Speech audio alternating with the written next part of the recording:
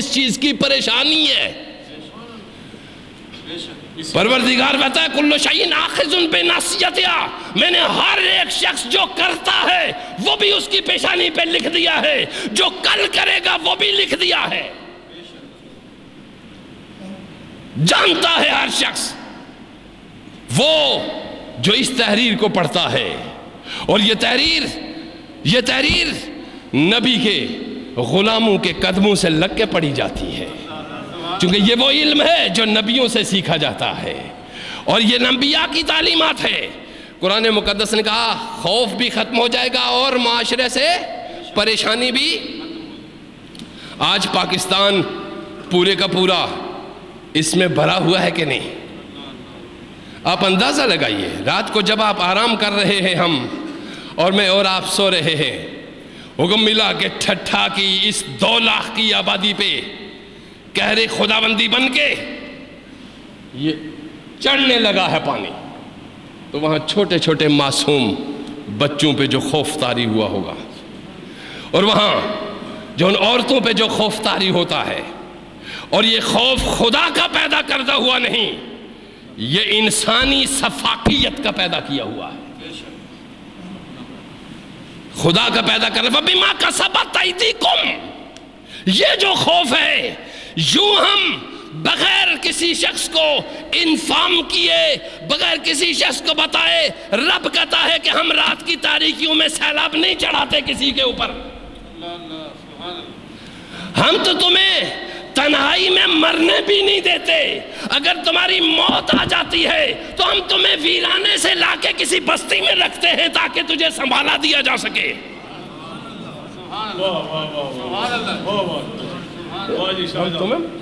مرنے بھی نہیں دیتے تنہائی میں تمہیں، ہم موت جب آئے تو تجھے کسی بستی تک گھسیٹ کے لے آتے ہیں، بے شک تیری مدت مہلت ختم ہو چکی ہوئی ہو، پھر بھی سنبھالنے والوں میں لاتے ہیں۔ اللہ نہیں یوں کرتا، یہ سفاکیت خود انسانوں کی پیدا کردہ ہے۔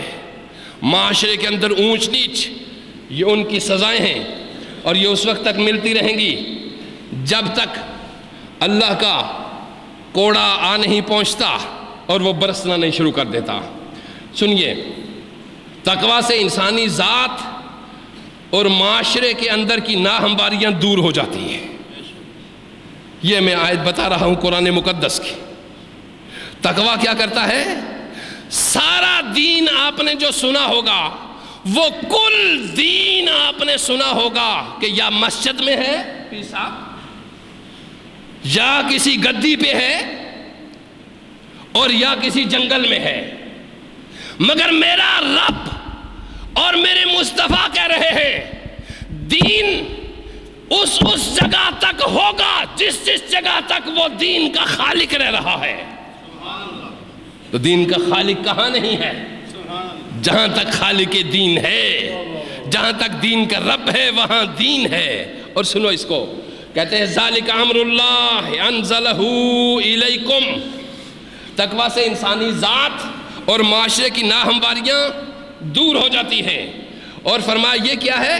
ذالک امر اللہ انزلہ الیکم، یہ اللہ کے احکام اور قوانین ہیں جو ہم تمہاری طرف نازل کرتے ہیں، یہ اللہ کے قانون ہیں جو ہم نے تمہارے اوپر نازل کیے۔ یہ بیان کیا، اب اللہ اس سارے کلام کو خلاصہ بنا کے پیش کر رہا ہے۔ جس طرح ساری عبادات کو جمع کر کے تقوی بنا دیا، اسی طرح اس ساری چیزوں کو جمع کر کے کہہ رہا ہے ذالک امر اللہ انزلہ الیکم۔ یہ جو ہم بیان کر رہے ہیں، یہ نبیوں نے جو تمہیں بتایا، یہ آسمانی بلندیوں سے تمہیں جو صدائیں دی گئی، یہ سب کیا ہے؟ ذالک امر اللہ، یہ اللہ کے احکام اور قوانین ہیں جو تم پہ نازل کیے گئے۔ وَمَن يَتَّقِ اللَّهِ، قرآن کہہ رہا ہے وَمَن يَتَّقِ اللَّهِ، اور جو لوگ اللہ کے ان قوانین کے سامنے سر تسلیم خم کر دیتے ہیں، ہائے ہائے کیا بات ہے جی، جو اللہ کے اس قانون کے سامنے اپنا سر نیاز جھکا دیتے ہیں، اپنا سر نیاز جھکا دیتے ہیں، مولا تیری مرضی، یار میرا تو ہے، محبوب میرا تو ہے، ماشا منشا میرا تو ہے، میری ذات تیری ذات کے گرد گھومتی ہے، جیسے تیری رضا ویسے میری رضا، جس نے سر تسلیم جھکا دیا۔ قرآن ریزلٹ کے طور پہ بتا رہا ہے کیا کریں گے پھر جو جھک گیا، پھر ہم کیا کریں گے؟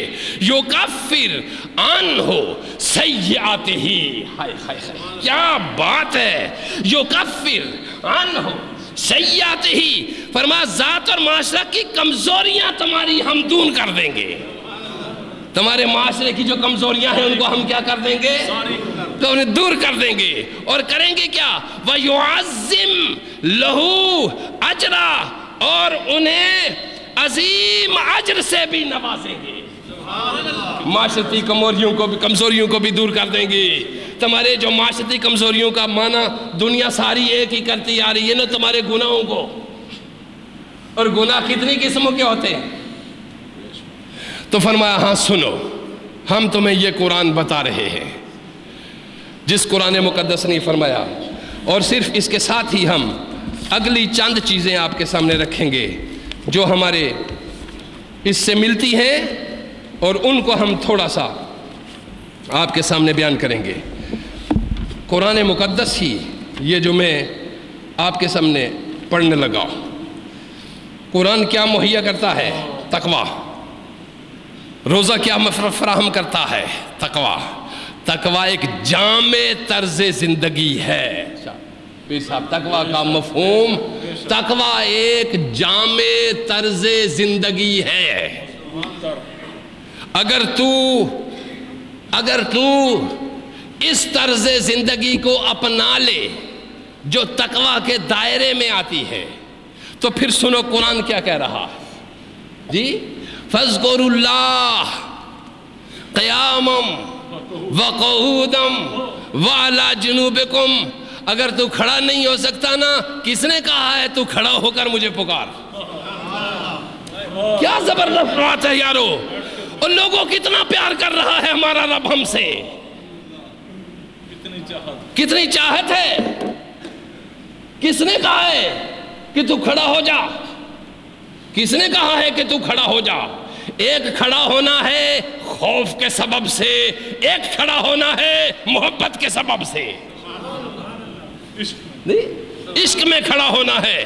جو عشق میں کھڑا ہوتا ہے، رب اس کو بھی کہتا ہے یا ایھا المزمل قم اللیل الا قلیل، میرے حبیب تیری رگ رگ میں، نس نس میں میرا عشق اتنا بس چکا ہے کہ تو ساری رات قیام میں ہوتا ہے، یہاں تک کہ تیرے حبیب تیرے پائے مبارک متورم ہو جاتے ہیں۔ پیارے تھوڑی سی دیر کھڑا ہوا کر، زیادہ نہ کھڑا ہوا کر۔ توجہ دیکھیے، اور خدا کو چھوڑ کر کہیں اور جاؤ گے؟ اس کے نبی کو چھوڑ کر کہیں اور بھٹکنے کو دل کرتا ہے؟ اور کائنات کے اندر ذلت کے سوا کچھ ہے؟ رسوائی کے سوا کچھ ہے؟ ہر کوئی تمہارا آقا ہے، صرف ایک تمہارا رب اور اس کے رسول تمہارے مہربان ہیں جو دامن پھیلا کے رکھے ہوئے ہیں۔ آؤ آؤ آؤ، نہ یہاں رنگ ہے، نہ یہاں نسل ہے، نہ یہاں نسب ہے، نہ یہاں عطیہ ہے، نہ یہاں ہدیہ ہے، نہ یہاں نظر ہے، نہ یہاں نیاز ہے، یہاں کچھ بھی نہیں، ہم جھولی پھیلائے بیٹھے ہوئے ہیں۔ پروردگار سنو، قرآن بڑی عظیم کتاب ہے، اور میرا رب عظیم خالق ہے، اور میرا نبی عکس ہے میرے پروردگار کا، اس میں سے اللہ کی جھلک نظر آتی ہے۔ سنو قرآن کہہ رہا ہے وَإِذَا قِيلَ لَهُمْ انفقوا، اللہ غنی،